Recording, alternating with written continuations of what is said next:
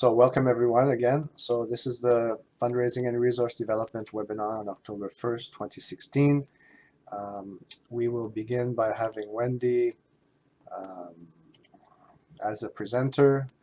Wendy, I've just made you the presenter, so you can just on your screen click Start Broadcasting and you will have control of the slides, and you can begin whenever you're ready.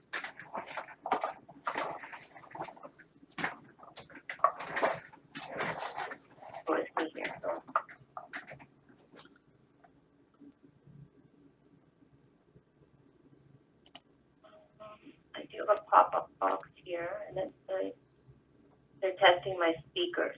Is that correct? Yeah, you don't need to. You can just close that. I'm just going to cancel that. Okay.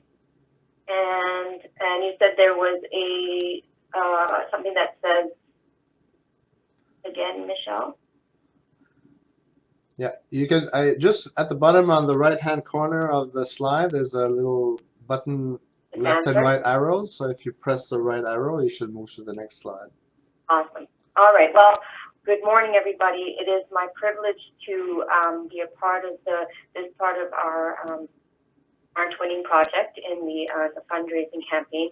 I have to give a lot of credit to Dan Doran for putting together most of the content of this presentation and just sharing all of his knowledge, and giving this opportunity also to add to it. So I think in that respect, I am presenting most of the content that he has put out, but we've spoken about it, and I'm hoping that it is easy to follow, and it's going to lend a lot of help in the strategy of fundraising, which is always a real important aspect of what we do as a society, and it's also it can be very, very difficult sometimes. So without further delay, I will start. So we've entitled this Fundraising and Resource Development in Bangladesh, and it's a webinar to talk about that. So our first slide, developing a case for support, personal, emotional, specific. How we draw people in, how we know, and what we do as a society, what Bangladesh does for the hemophilia population. It's very, very, very important work that we do, and we all do in our societies here in Canada and societies all around the world. So in order for us to and get engaged in what we do, we must present ourselves in a way that are going to draw people in. And that is one of the #1 ways that we get people to support us, supporting us in volunteerism and supporting us in being there or being present at our educational activities. But for this purpose, we want to draw people in to lend support in a financial way. So there's some points that we're going to touch on here. The first one, a critical component of your fundraising plan is clearly focused on specific activity or objectives. So that first point is a really important thing. When we are trying to engage people, they want to know what they're engaging in, and an activity, a specific activity that says this is what we are trying to do and this is why we are trying to do it. If people believe us and people buy into that and they understand why and what we're doing, we engage them. And when I say engage, it means draw them in, get them interested. It's important, just asking the target audience for money to help fund for your society without a strong, specific emotional reason, it won't work. And the reason for that is when you ask for money, the first thing people are going to say is no. No, why? I mean, I don't know how it is in Bangladesh, and asking for money is probably a very difficult thing to do in a country that has the financial structure that it has. So that would be a real difficult thing. So it's not about a direct ask sometimes. It's about building an emotional case so that and targeting the right people for that. be very thoughtful when you're approaching, when we all are approaching people that we are, that will help us financially. The third point, general heartbreaking statistics do not generate much response. However, put a human face on them, and donors are much more likely to respond. So this means that we could go and tell our stories and go out and try to, tell people the difficulties that we encounter when we're dealing with our bleeding disorder or with our children that have bleeding disorders. And a story is a story, but as soon as people see what you're saying and see what you're talking about, how many times have we seen a picture on the internet that has just captured us or drawn us in, a sad child in an impoverished nation like Africa who is hungry and needing food. It's a way that people are engaged. And it sounds like, we don't want to make our kids look like they're, starving children in Africa, but that actually is what engages people. So a few faces of the children that have suffering in Bangladesh, that are having problems with their joints, who are using canes, who have a lot of swelling. People need to see that. People need to feel that they are helping somebody who is in need, and that's what pictures do. The fourth point: the more specific an activity, the more it resonates or it draws people in and identifies your audience. So that's what I already mentioned the activity. So not generally saying give to the Hemophilia Society of Bangladesh. No, because people think, well, where is that money going? Like, I'm going to give, but where is it going? So defining what your specific activity is will make people go, hey, I'd like to do that. I would like to help out with that activity. And it's not a huge thing. It's just that one thing, and I can help here. So as soon as people see that the activity is there and they think it's a good thing, then they're more willing to give. The goal is to develop a relationship with each and every donor. So pick your donors really thoughtfully. Give it thought. If there are people that are charitable people in the community, develop a relationship with them. There are a lot of people who just want to give. There are so many levels of people in our world that have, and there are so many levels that have not. And there are so many people in that have category that, they're charitable people. They're giving people. They have a lot of money. They don't mind giving. So make a relationship with those people. Tell them about the society. Share your stories about the children that are suffering with hemophilia, about the adults that are suffering, about all of the issues that you have, and talk to them directly and say, we're not asking for much. Here's our activities. Would you be willing to contribute in any way?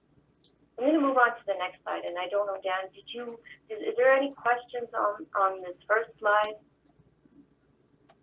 I think you're doing well, and I think our friends in Bangladesh, if you want to type in a question, use the chat box there. If there's anything about what Wendy is presenting, we'd really appreciate your feedback, especially from a Bangladesh perspective. Yeah, and feel free to type your question in at any time. I'll bring the questions forward as they need to be if the presenter isn't addressing them. So, as you know, that's my job as moderator. Thank you, Eric. I'm not seeing any questions yet. Did you want me to go to the next slide then? Sure. And Dan, are you presenting the next slide? I can, if you wish. Doesn't matter. Okay. I'll have I think I have to sign in. I can't move it from here, I don't think. Okay, I'm moving it. I'll move it. Okay. So clearly define your goals and or objectives. So first of all, you have to identify specifically what you want to achieve in your fundraising or your resource development plan. You have to set an estimated time frame to achieve that success with your specific activity.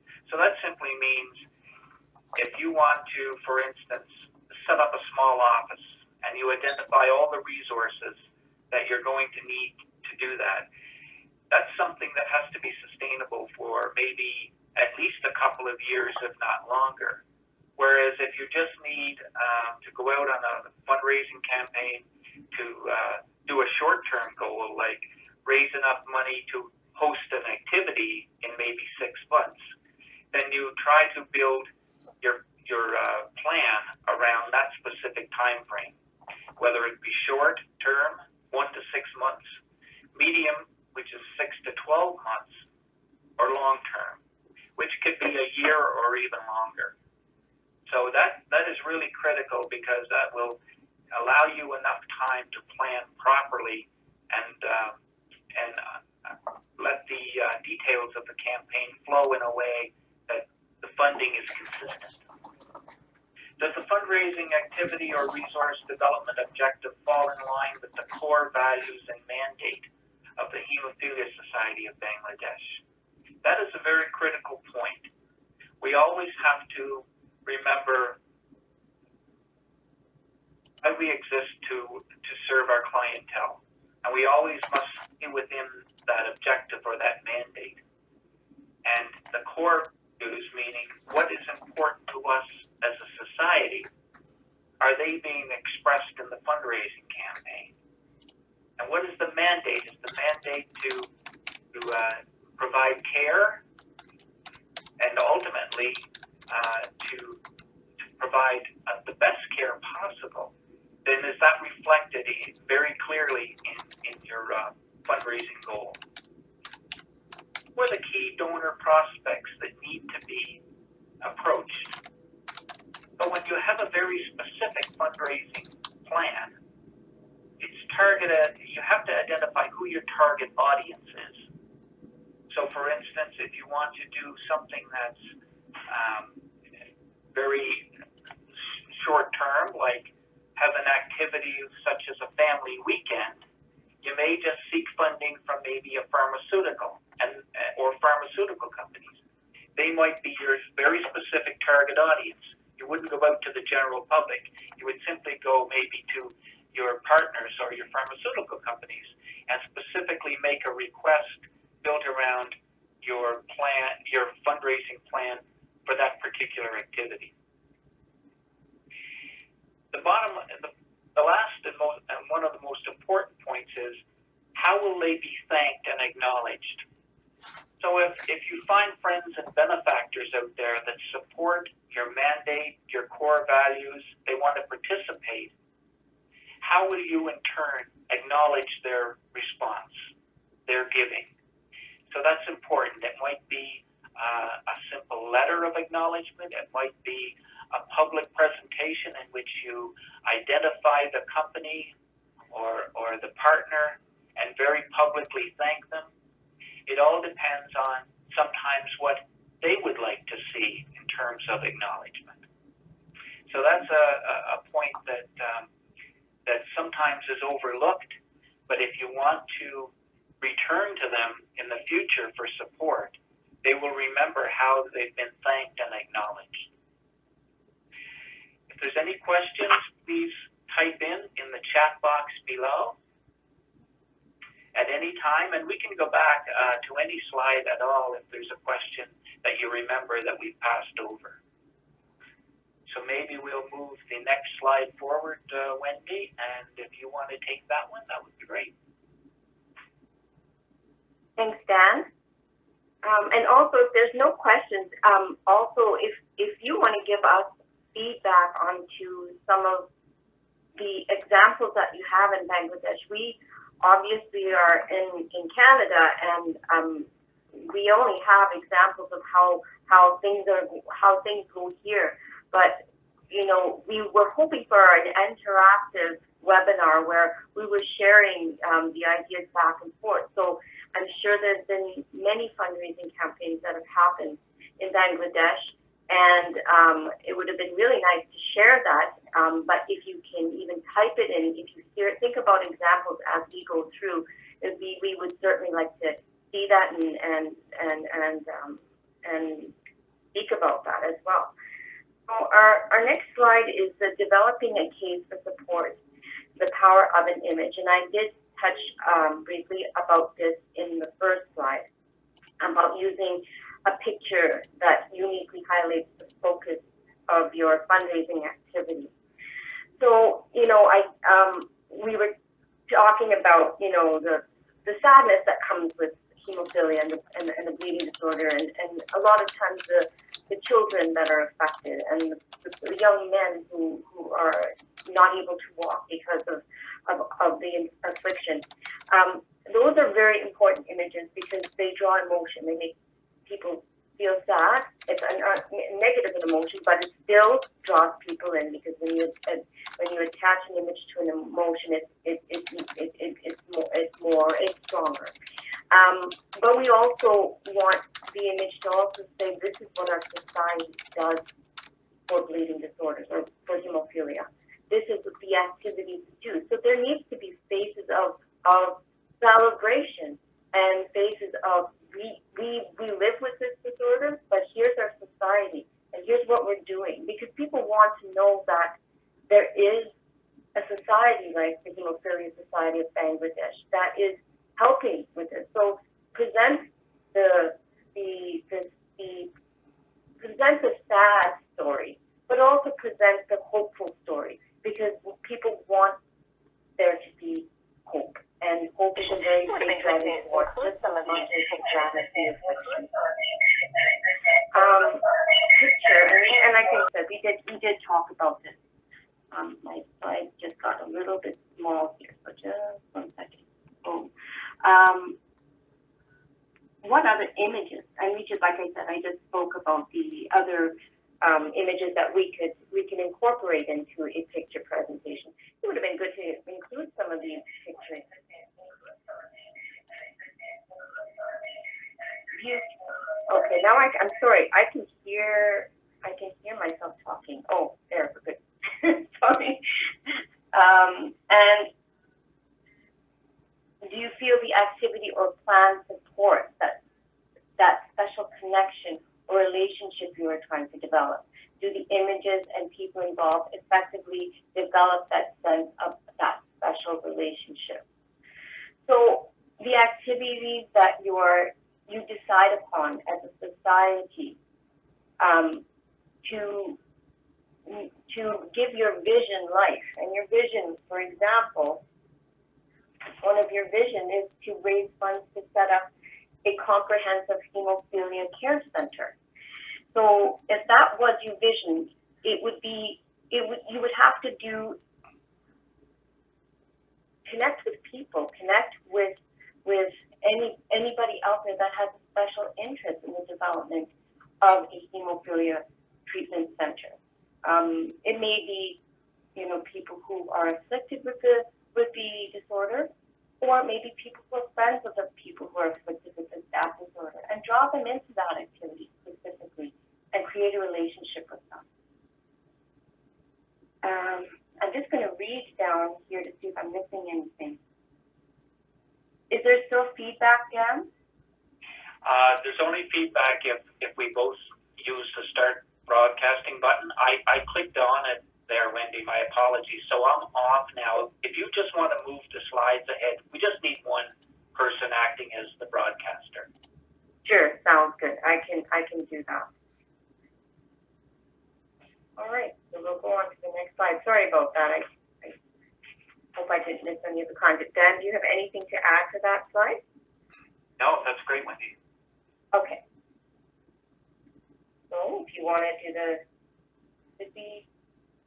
So defining the community scope of your target audience, that gets back to another strategy that is critical. You have to decide if it's going to be simply a local campaign, localized within your own community, maybe even within your own village, your own town, your own city. Maybe it's a campaign that's larger and covers your whole country. and it's national in scope. And of course, we have the biggest target audience, and that's internationally.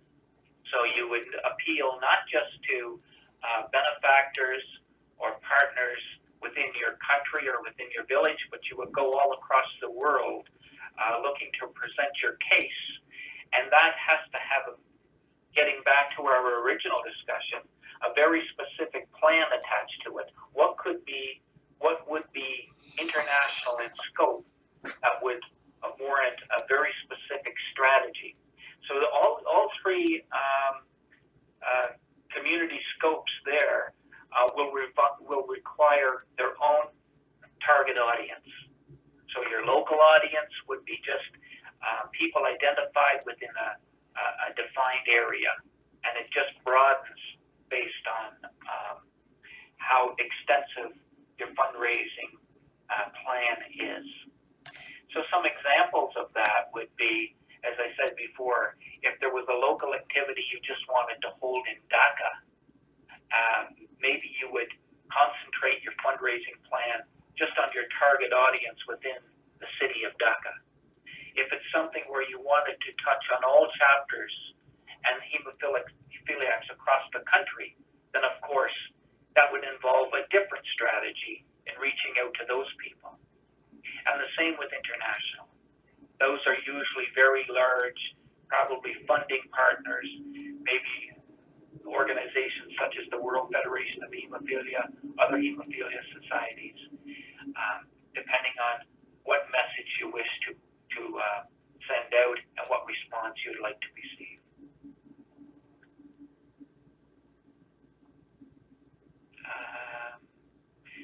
So Najmul is saying great.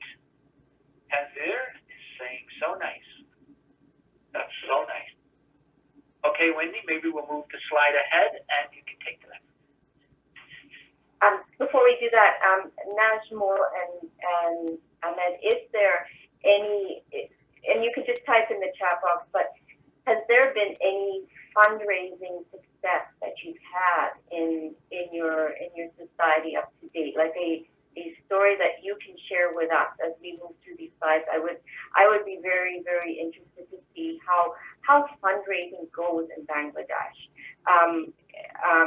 In comparison to Canada, there's two different stories here. So if you have an example, share it with us if you can in the chat box, and I'll go on to the next slide.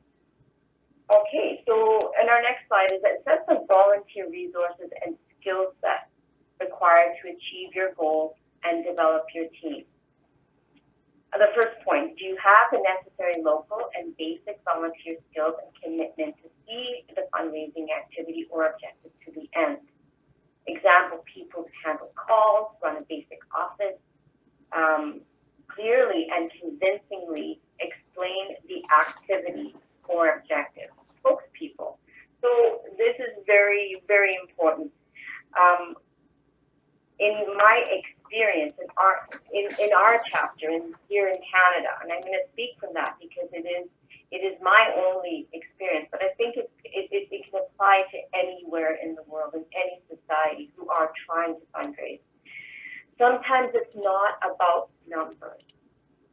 Sometimes it's about what our volunteers can do. So if we have 30 volunteers signed up and they don't show up to meetings, they don't come, they don't have anything to contribute, but they're just a name on a piece of paper.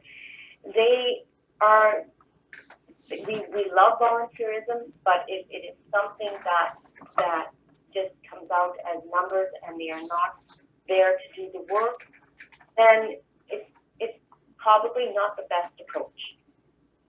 So engaging a volunteer that has an interest in our activity, who has a skill or has a talent or an ability to do something. Maybe they are professional, in their professional life, they actually, manage the book, or they are, they do work that can apply to the activity.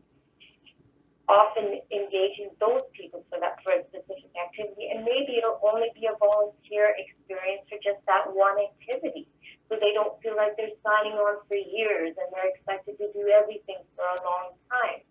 Making a thoughtful, again, request of them, saying, we have a specific activity. We would be so grateful if you could lend us a little bit of your time.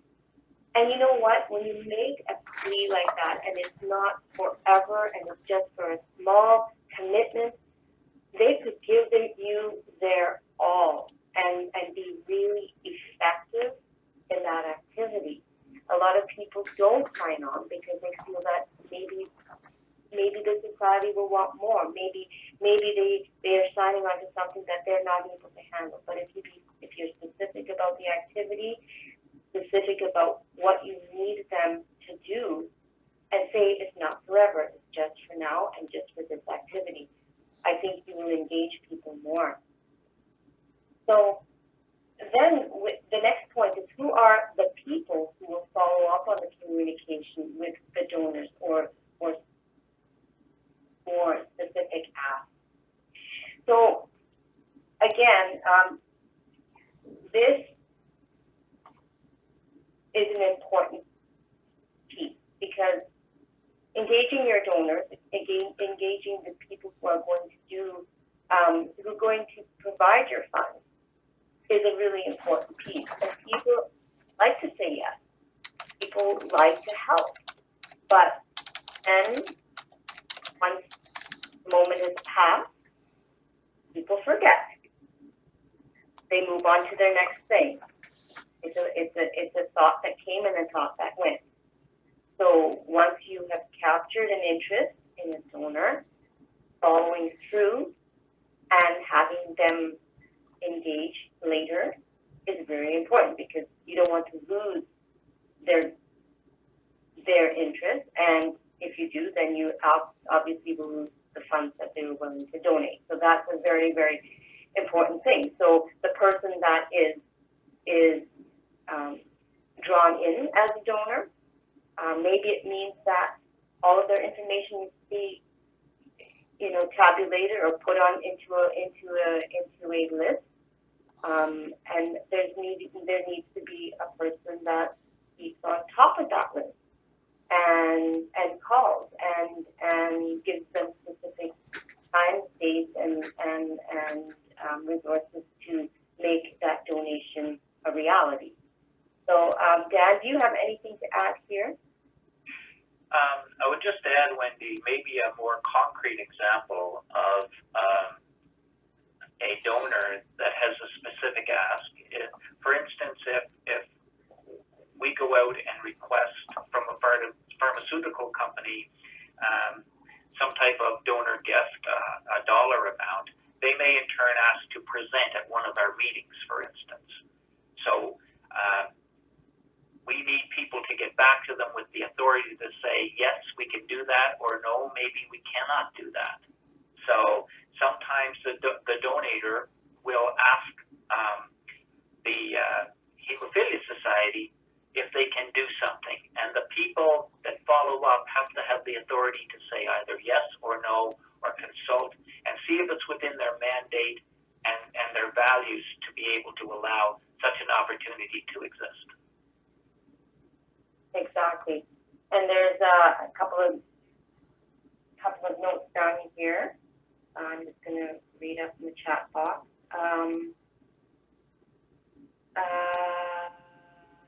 Fundraising can be fun too, so that's a very important piece. In fact, incorporating fun into the fundraising is probably going to draw more people into an activity. And I'm just wondering, once upon a time, maybe a few years ago, there was a huge campaign in North America, and I don't know if it spread across the world, but I know some of my friends in Australia were engaging with it too.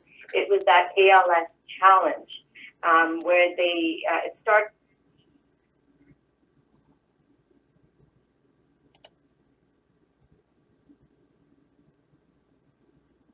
Wendy, I can't hear you. Did we lose Wendy? Pardon? Oh, so we didn't hear you there for a bit, Wendy. Can you hear me now? You're okay now, yeah. Maybe just repeat. We're talking about the ALS challenge. Yes, right. So the ice bucket challenge. Did anybody hear about that in Bangladesh? Was that something that was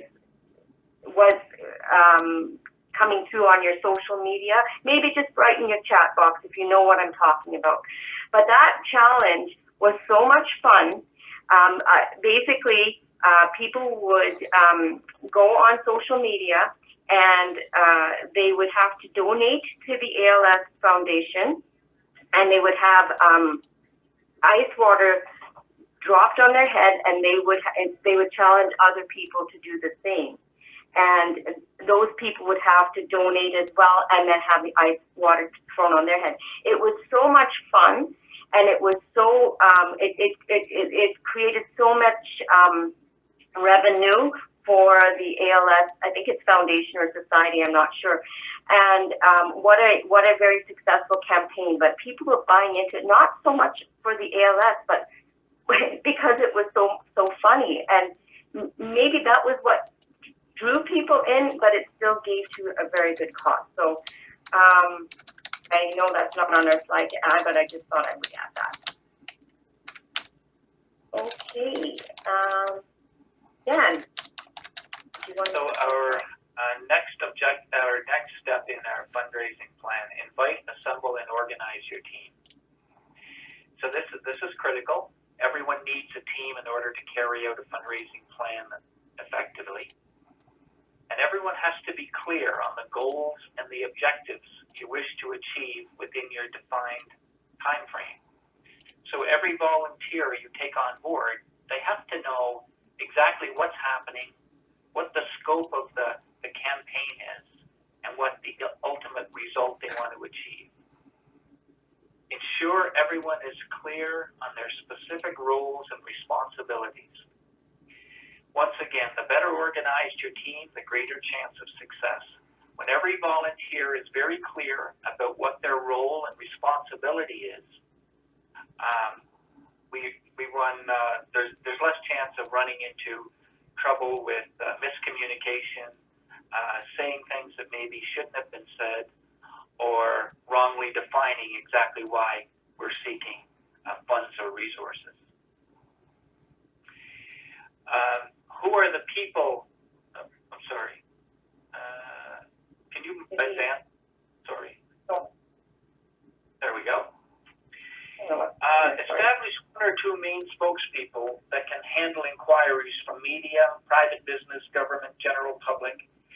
So we don't want everyone necessarily talking about inquiries that come back. One or two well-coached spokespeople that can handle questions like that is a much more efficient way to communicate. It's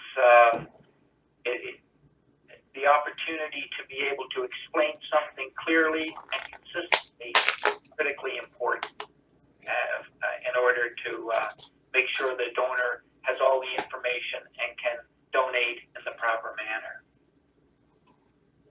Obtain reliable contact information from each team member and establish a schedule for regular meetings going forward.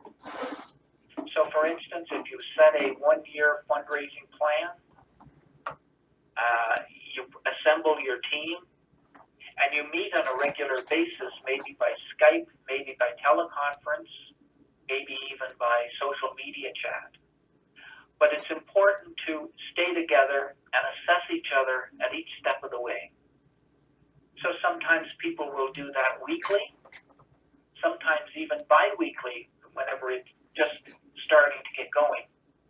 But if the campaign is more longer term, maybe it's just a monitoring situation and you only have to meet monthly. But it's always important to stay in touch with your team, especially your core volunteer team, just to make sure that everyone is engaged, that you can assess how the campaign is going or the plan, and be able to react if things are going a little off base. You can bring things back on side by consulting with the team. So once you have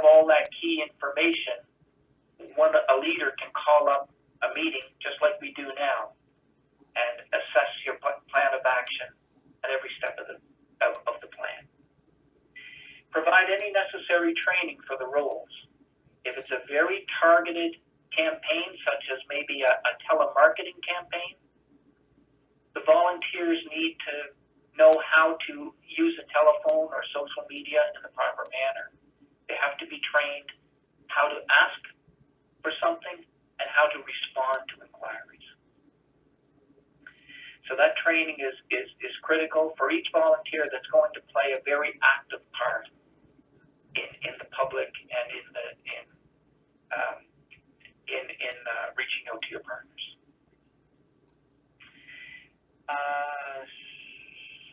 Okay, we got to move this along. So we're on slide 7. Wendy, take it away. All right. So your first big team meeting. So clearly and realistically communicate your goals or activities to the team and make sure everyone understands and is in agreement. So always have a list of your activities. Be specific as you can be. The work or the objectives that you have for the year, you can start this by going to if you have plans or strategic plans that you put together as a society, and you link these activities to the specific visions you have for your society and what you want to accomplish. Take those activities and make sure they are specific and that your team is well aware of what they are working towards. So again, define the activity and plan of action with the details of the implementation on paper, so everyone has a copy. So like I said, like a work plan, which is so important. And then it also gives you an idea of this is what we are trying to accomplish. It's not too many things. It's just these 5 or 6 maybe activities and goals that we want to accomplish this year. And here is how we're going to accomplish this by doing this and this and this and this. And people know clearly why they're there.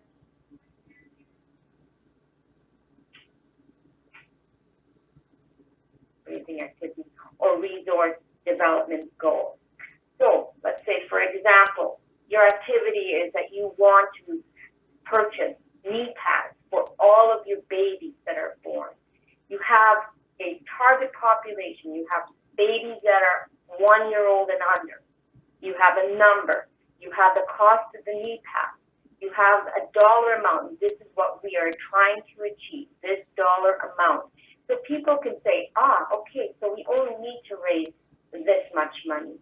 This is what we're going to do it. And when we get to that goal, when we've done it, we're going to celebrate because we did it. And that's the kind of stuff. Like, give people incentives. This is what we're going to do. We want to have this value met by this time. This is the time frame.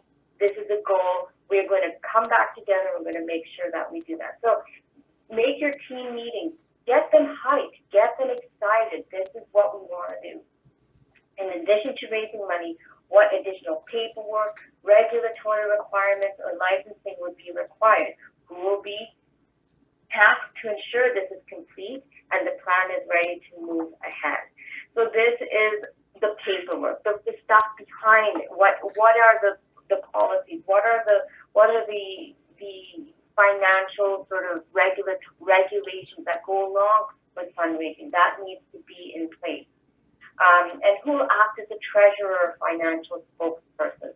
So that's a really important part of your fundraising activity, because if your books are not clear, if somebody is not reporting the amount of money that is coming and the amount of money that is going, the society doesn't look good. People do not give to societies who are not transparent. People don't give to people that they don't trust. And having somebody who is watching the money flow and is a trusted person to be in that position and has ideas of, or has expertise in how to sort of keep books and manage books is very important for a fundraising team or an activity. And Dan, can you lend any more of your expertise here? Because Dan has been a treasurer in the past. And that's correct, Dan? It is, and I think one of the points, Wendy, that we're trying to make here too is protection of your society in itself. If people donate money, it has to. We have to make sure that the money goes into a place where one or two people cannot take that money for their own use. So, in other words, you have to put financial control in place as resources or funding comes in, to make sure that it's secure and safe and protects the integrity of your society. Awesome. Any questions there? Just put in the chat box and we'll keep going. All right, I'll hand it over to you, Dan. So after you've defined and assembled your team and your goals and activities, this is what you do after the fact. You establish a schedule for regular meetings for follow-up and progress assessment. I've already talked about that a bit. You have to decide how you want to do that. Is that going to be face-to-face, Skype, email, teleconference, all of the above? You assign each key member some specific duties. We've talked about that before, based on their level and scope of expertise. You assign a team leader that will ensure progress, that will ensure the proper communication, the proper interaction with the team takes place, that progress steps are adhered to, that action points are addressed, and will be the central point of contact. And you want to establish a reporting timeline so that good, accurate evaluation is done throughout the fundraising plan. So if you have goals and objectives along the way, it's a really good way of assessing how well your plan is unfolding or what needs to be done to change direction and meet those goals and objectives. So establishing a reporting timeline would mean if it's for 1 year, maybe at the 1 month period, you would like to achieve this amount of success, this amount of dollars, or maybe reach out to these many partners and get some positive feedback. If that hasn't happened, what is plan B? How do you change that to fix something that may be going a little bit off track? Okay. Next question. So define your communication strategy, and I think we talked a bit about a few of these points. So who is your target audience? So we kind of know that we have a target audience that we want to appeal to. How will you reach out to your target audience? Would it be mail, email, random telemarketing, specific telemarketing, advertising, TV, radio, Facebook, GoFundMe, letters of appeal, etc.? So there are different modes of how you communicate. So in Bangladesh, choose your mode, whatever people are on, whatever social media they're on, whether they're on, Facebook or Instagram or Twitter or whatever it is, or maybe they're just listening to the radio, maybe they're just watching TV. What are your modes of communication? Do the materials and resources within the communication strategy meet the objective of the established budget as determined in your team meeting? So if you outline a budget, which is really important when you're doing your communication strategy, do they fit within that parameter? And how easy is it for your audience to respond to you?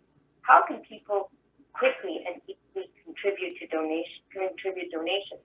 And that's a system that is going to be unique to Bangladesh. Do they have a way to message you? Do they have a way to donate if they wanted to donate? Is there a way to set that up on your website, on your Hemophilia Society website?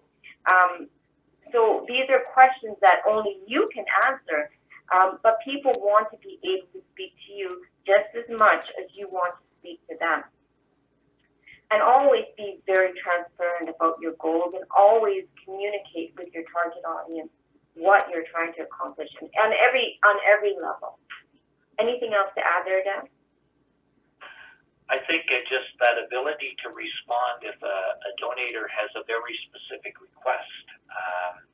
So, for instance, if someone wants to give money or resources for a very specific goal that's close to them, do you have the ability to respond and be able to accept that within the spirit that it's given? It's sort of a restricted donation, but it's a very valuable one sometimes.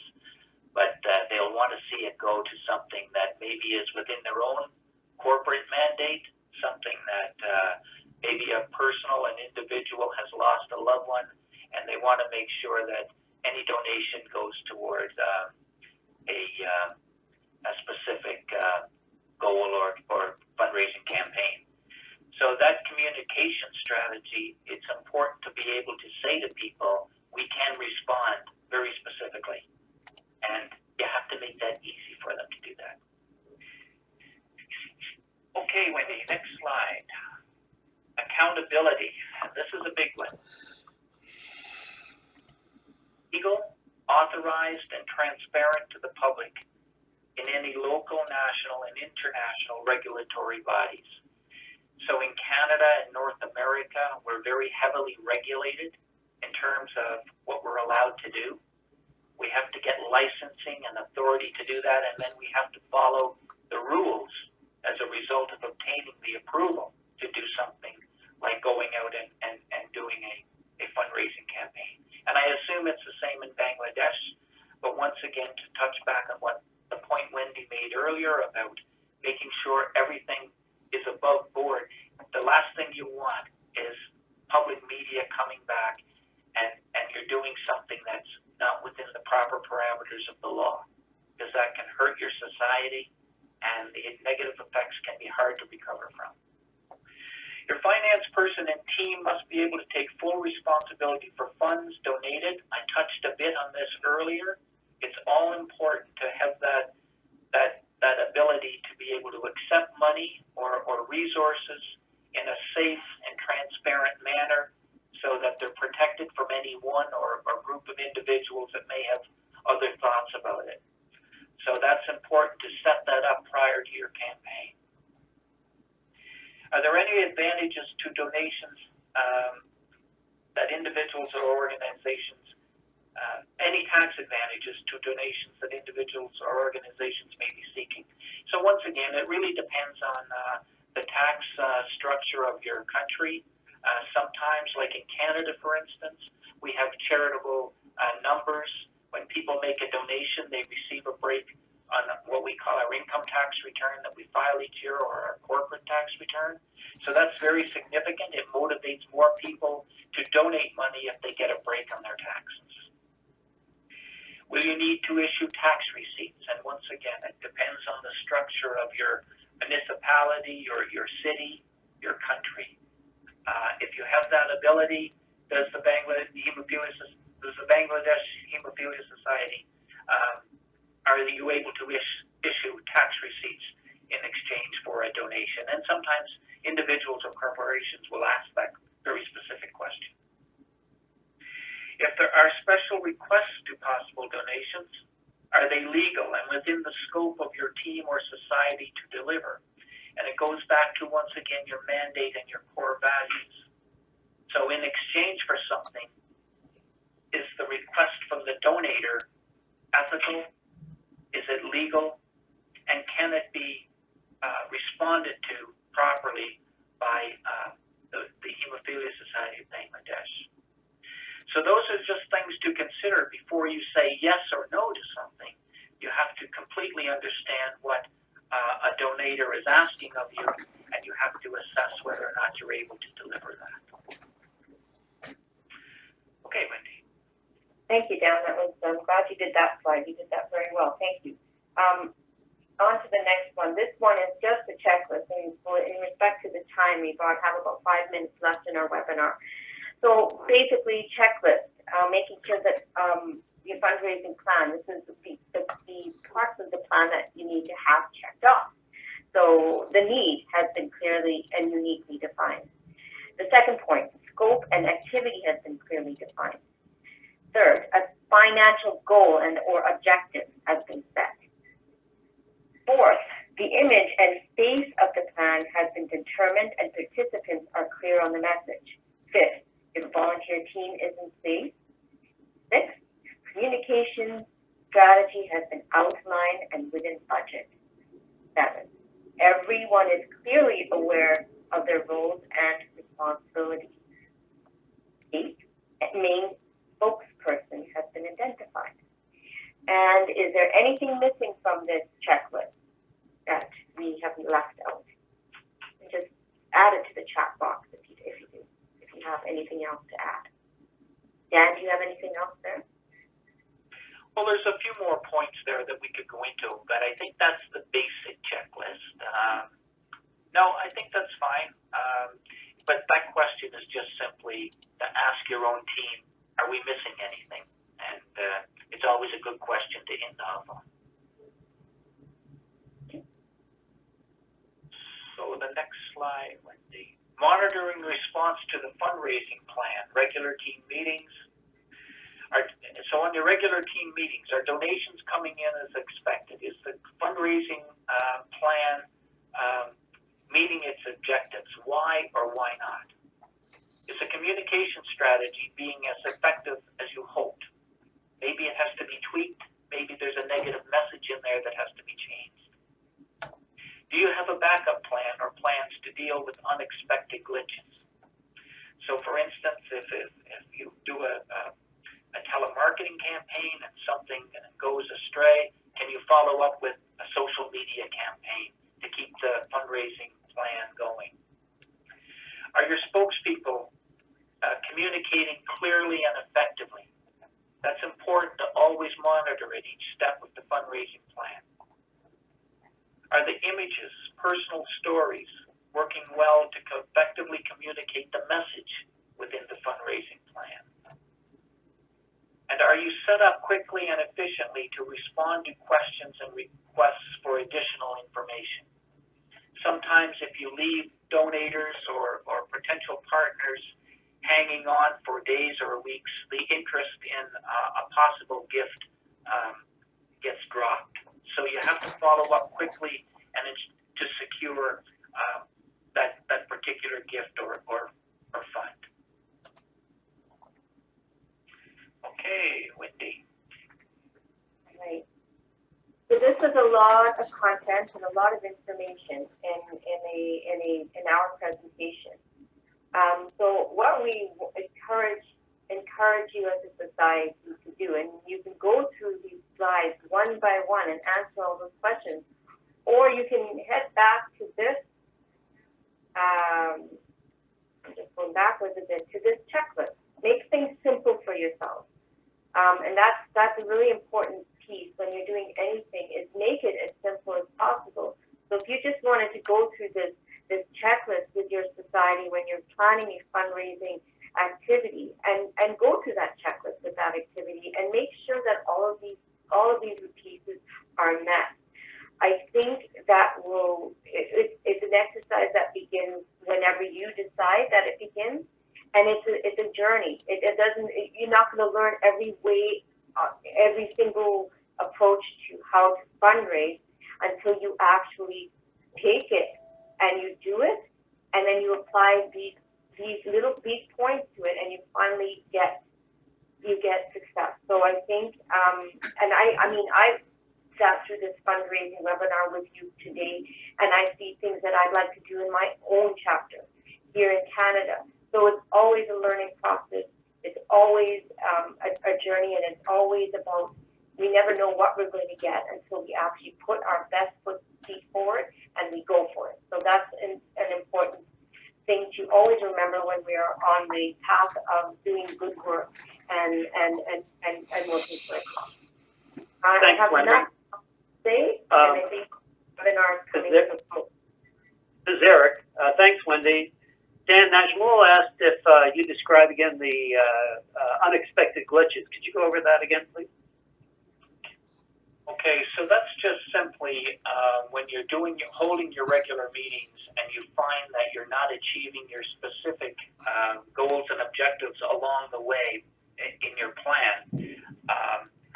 You have to analyze why that is. And if there is a glitch, if there's something happening in your telemarketing campaign, maybe the message is one that's coming across as negative.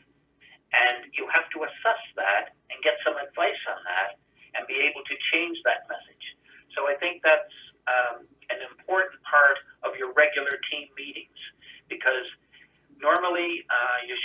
able to see some positive response on a regular basis. But when you see a drop or even no response, you have to ask yourself why. And it usually goes back to your message. Something is happening in your message that isn't clearly or being communicated or resonating with your potential donor. Thanks, Dan. Najmul, I assume that helps. If you want to let us know that it does, typing in, that's fine. But are there any other questions? Just going to wrap up, Eric, just to follow, and sure. We're pretty well done, but I just want to say that one of the proposals to our Bangladesh friends, one of the proposals we've made in our plan for next year is to possibly take a sample goal or objective and actually do that with our team, our twinning team. So whether we approve that or not, it's in our proposal, and if we do that, we'll be able to go back and take this template and actually set out a specific objective and work through it together between Canada and Bangladesh. And that's all I have to say. Thank you very much for your excellent participation today, and Wendy for doing a fantastic job of presenting, and Eric as moderator, thank you. Michelle, our technical guy, thank you very much. If there's any other questions, we'd be glad to take them, and maybe I'll just give Wendy a minute or so for her final thoughts. And we're pretty close to wrapping up here. Well, I want to extend that thanks back to you, Dan, for the work you put into this webinar as well in the contact, and to our Bangladesh partners for being a part of this whole movement. It's been a privilege to share these ideas, and like he said, we're all in this together. There's nothing more that I know than what you know. We are just here together doing the same thing. And that's really important. We are equal partners, helping each other. So I really love to hear stories from Bangladesh as well. And if you do have an opportunity to do a project or a fundraising activity, let us know and share it with us. I'm so excited to hear what's going to happen in the next year about it, and an example of a fundraising activity, and make that happen for Bangladesh. So I have nothing else to add. I thank you for your time, and I thank the fundraising our Bangladesh, or our twinning project and our twinning team for the opportunity.